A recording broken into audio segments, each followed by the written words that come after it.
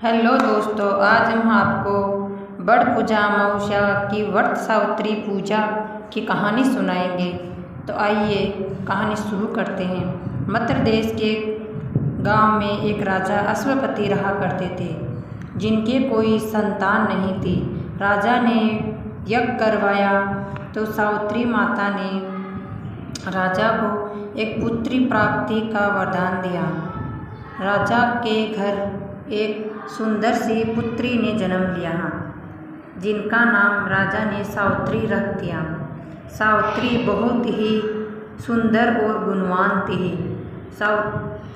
सावित्री ने सत्यवान की कथा सुनकर मन से उसे अपना पति मान लिया था।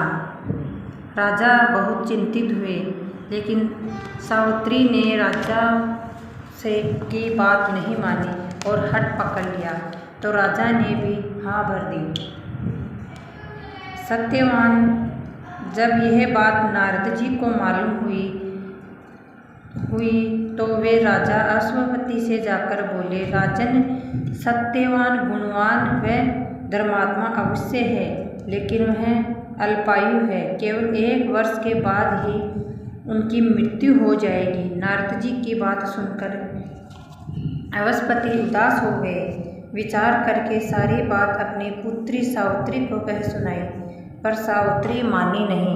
विवाह करवाना पड़ा। सावित्री ने नारद जी से सत्यवान की मृत्यु का समय मालूम कर लिया था। सावित्री के सास ससुर नेत्रहीन थे। सावित्री ने ससुराल पहुँचते ही सास ससुर की सेवा करना शुरू कर दिया। उसने जब जाना पति की मृत्यु का समय नज़दीक है, तब सावित्री ने 3 दिन पूर्व से ही उपवास शुरू कर दिया। मृत्यु के दिन नृत्य की भांति सत्यवान लकड़ी काटने जाने लगा। तब सावित्री भी सास ससुर की आज्ञा से सत्यवान के साथ चल गई। सावित्री जंगल में जाकर लकड़ी काटने लगी और सत्यवान एक पेड़ की छांव में सो गया। वह सांप ने सत्यवान को काट लिया।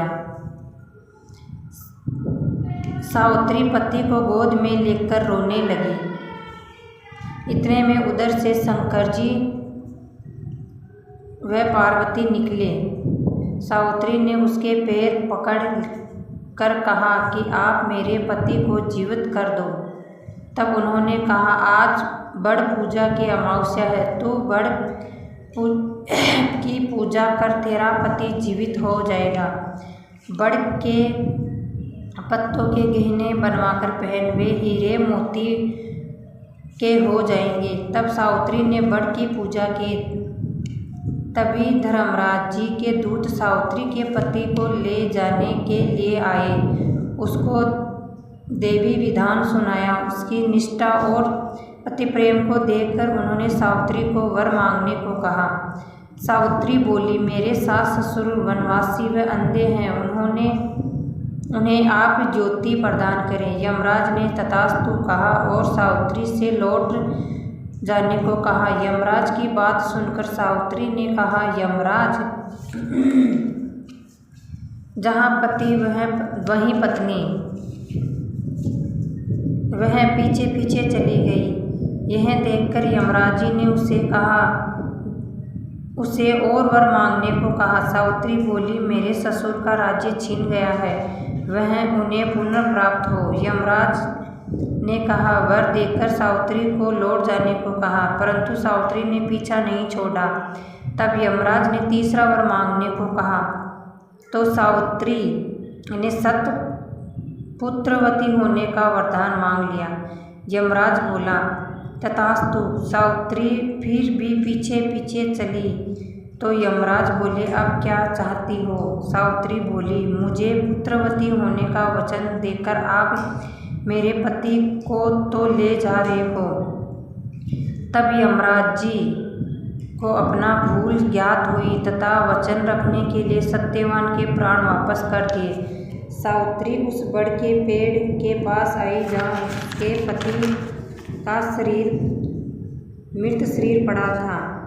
उसमें जीवन का संसार हुआ तथा सत्यवान उठकर बैठ गए और घर आकर देखा तो माता पिता को भी दिखने लग गया। उसके बाद सत्यवान सावित्री ने 100 पुत्रों के साथ चिरकाल तक अखंड सौभाग्य व राज्य सुख को प्राप्त किया। जिस तरह सावित्री को पुत्र सुख व अखंड सौभाग्य दिया, भगवान वैसा सबको दे।